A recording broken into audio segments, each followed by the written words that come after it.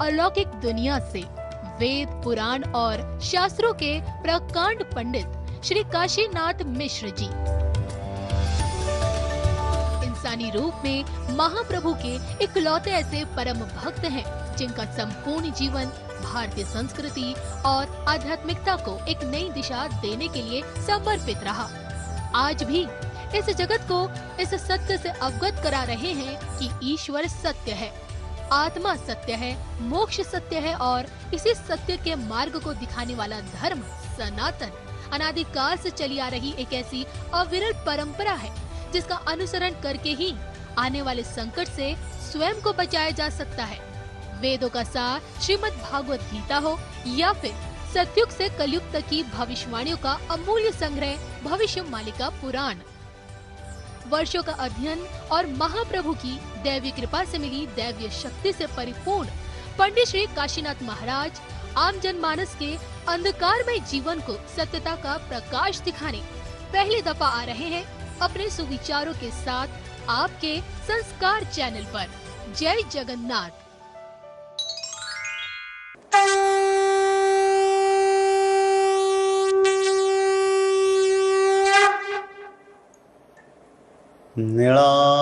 नीलाद्रौ कंदरानंदी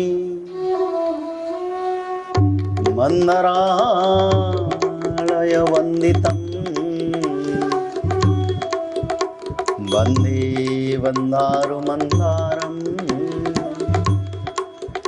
इंदिरा मंदिरम् अहो इंदिरा मंदिरं महो। बोले श्री जगन्नाथ स्वामी की जय। जय श्री वृंदावन बिहारी लाल की जय। जय माँ राधा रानी की जय। कदाचित कालंदी तट विपिन संगीत करवो मुदाभीरी नारी बदन कमला स्वाद मधुपरमा शंभोर ब्रह्मा सुररपति गणेशार्चित पदो जगन्नाथ स्वामी।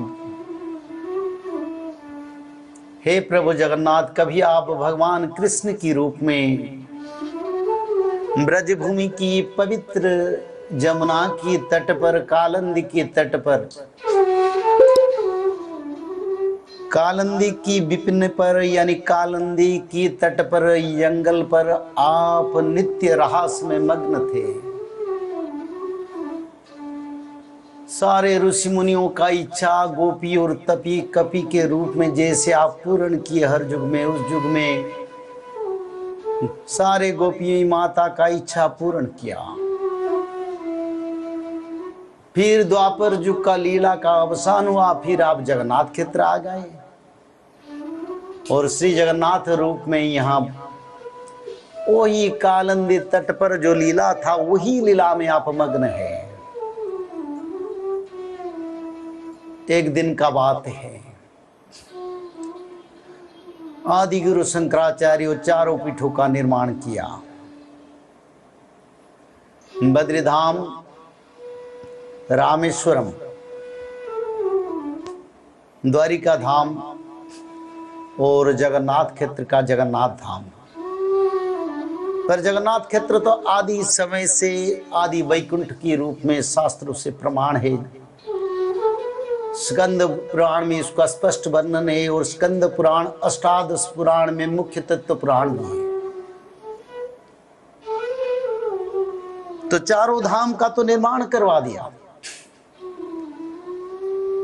और ऐसे समय पर एक दिन आदि गुरु शंकराचार्य भगवान शंकर भगवान के अंश की रूप अवतार में परम पूज्य आदि गुरु शंकराचार्य सनातन धर्म का विश्व में परिप्रकाश के लिए चारों पीठों का निर्माण करवा दिया। लक्ष्य यही था, सारा विश्व में सनातन धर्म को प्रतिष्ठा करना। पर करे क्या, कलियुग की प्रभाव से कई धर्म, कई मजहब, कई तत्व, कई जाति, कई परंपरा सृष्टि हो गए। अगर कलियुग होते इतना जाति इतना धर्म नहीं होता तो द्वंद्व कैसे लगेगा? ये कली का रूप है। सत्य युग में तो एक ही सनातन धर्म था, त्रेता युग में एक ही सनातन धर्म था और दूसरा असुरीय परंपरा भी था। द्वापर युग में भी एक ही सनातन धर्म था और दूसरा असुरी परंपरा था। और कली युग के कई असुरी परंपरा, कई धर्म, कई मजहब, कई सृष्टि होगा, क्योंकि आपस में लड़ाई के लिए। कली का रूप ही ऐसा है।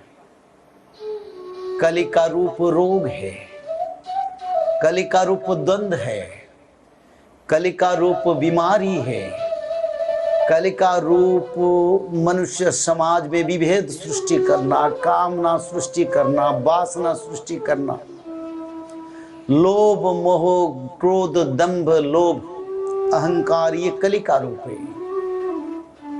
चारों पीठों का निर्माण करने के बाद आदि गुरु शंकराचार्य आ गए जगन्नाथ क्षेत्र, और उसी समय पतित पावन यात्रा हो रहा था जगन्नाथ क्षेत्र में। यानी संसार में एक प्रभु है जो हर साल एक बार जाति धर्म वर्ण निर्विशेष में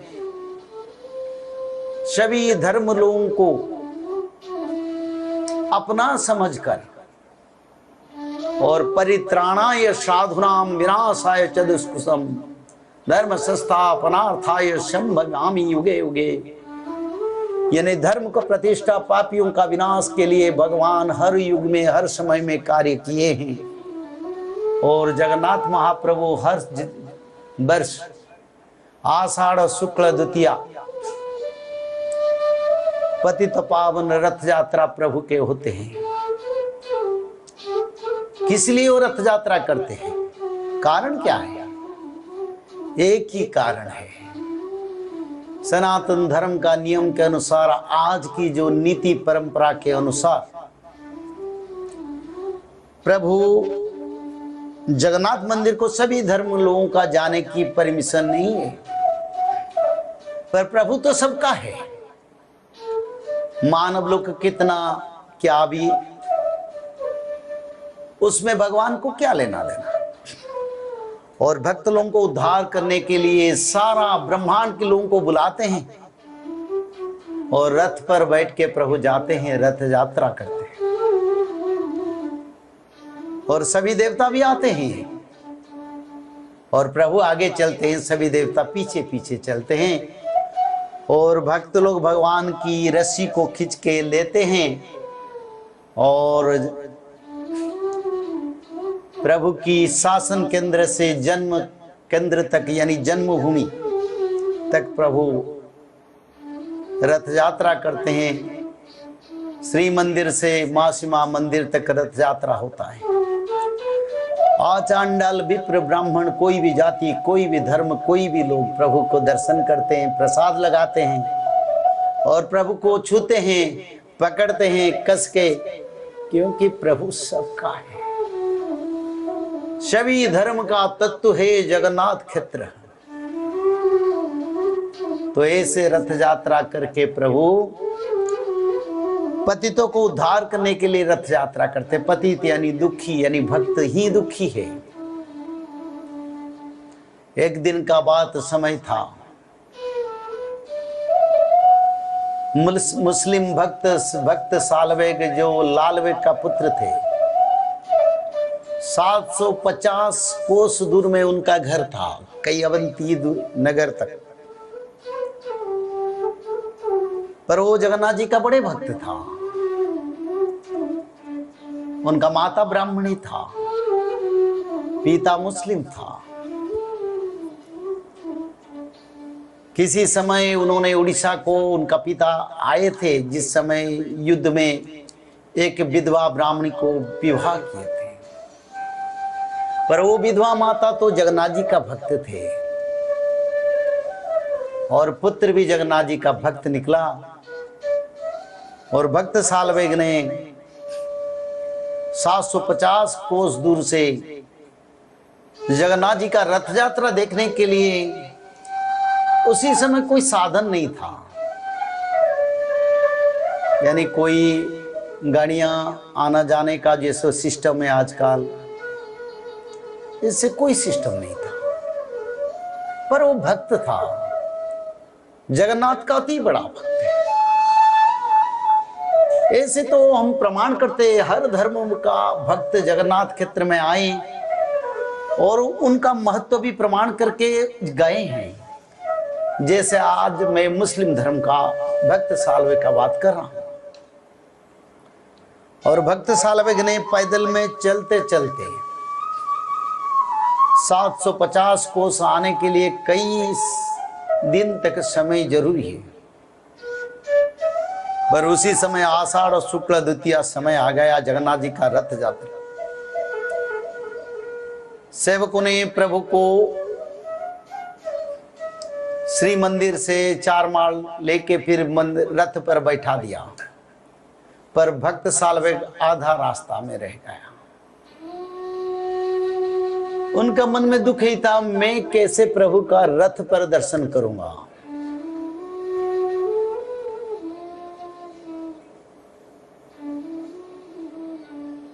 दोलेश्च दोलो गोविंदं मंचस्त्वं मधुसूदनम रथस्त्वं वामन दृष्ट्वा पुनर्जन्म न विद्यते।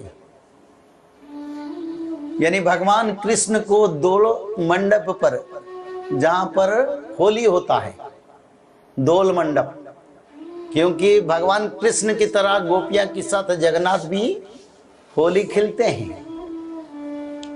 चाप खेल खेलते हैं, नाव में बैठ के जैसे रुक्मणी सत्यभामा के साथ खेल हो रहा था, वही खेल भी इस समय जगन्नाथ कर रहे हैं। उसको छोड़े नहीं प्रभु, सारे कृष्ण का नियम को पालन कर रहे हैं एक एक करके, और बात भी करते हैं, मनुष्य जैसा भोजन भी करते हैं, और भक्त हो तो ना खड़ा हो जाते हैं, सब कुछ बता देते हैं।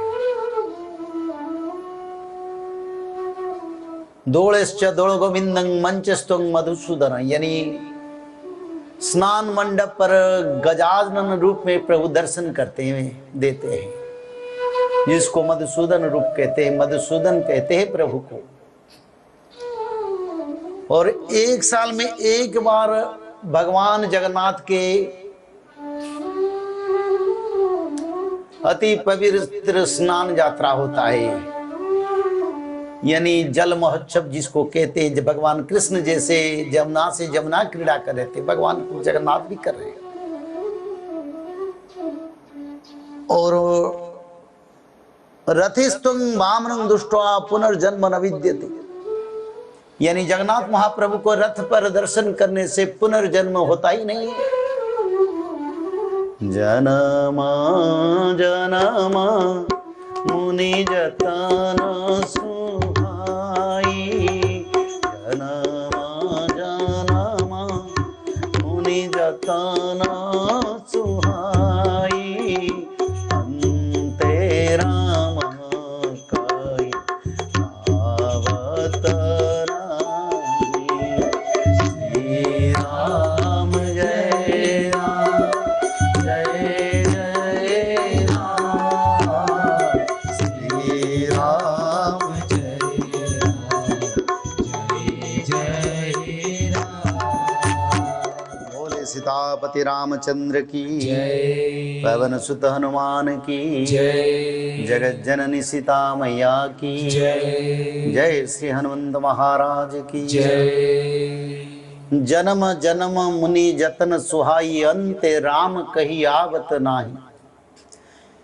इसका तत्व यही है, मुनि ऋषियों ने कई अनंत युग तक तपस्या करके जो फल पाते थे, यानी कई अनंत समय जन्म लेके तपस्या करने के बाद अंत समय भगवान का नाम आ जाता है।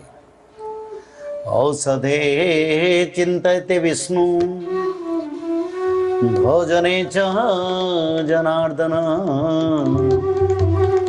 शयने पद्मनाभंश्च विवाहे च प्रजापति,